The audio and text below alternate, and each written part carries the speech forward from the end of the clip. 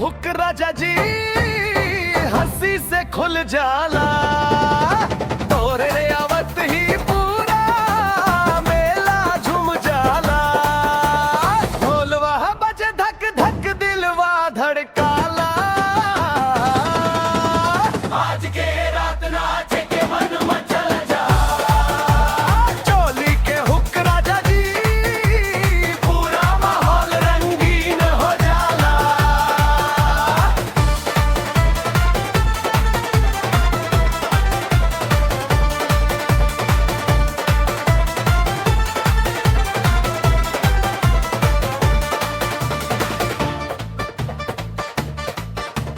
लाल चुनरिया हवा में लहराए, तोहरे देखत भीड़ मुस्काए।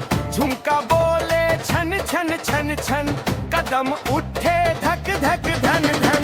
नजरिया तोहर जादू जगावे, दिलवा में नया सपना सजावे। हाथ हिला के जब तू हंसेलू, पूरा मंचवा रोशन कर देलू।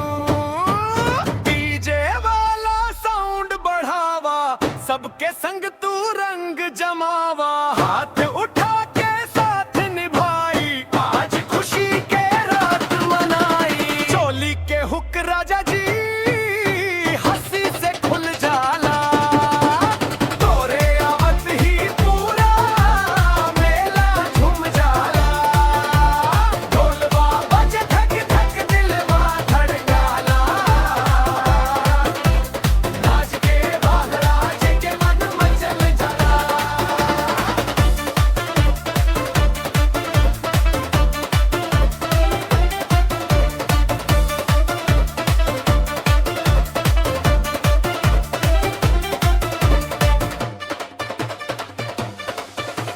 रंग बिरंगी रोशनी छाई, तोहरे आदा सबके भाई। पायल बोले चूड़ी चमके, हर धुन पर दिलवा फिर के।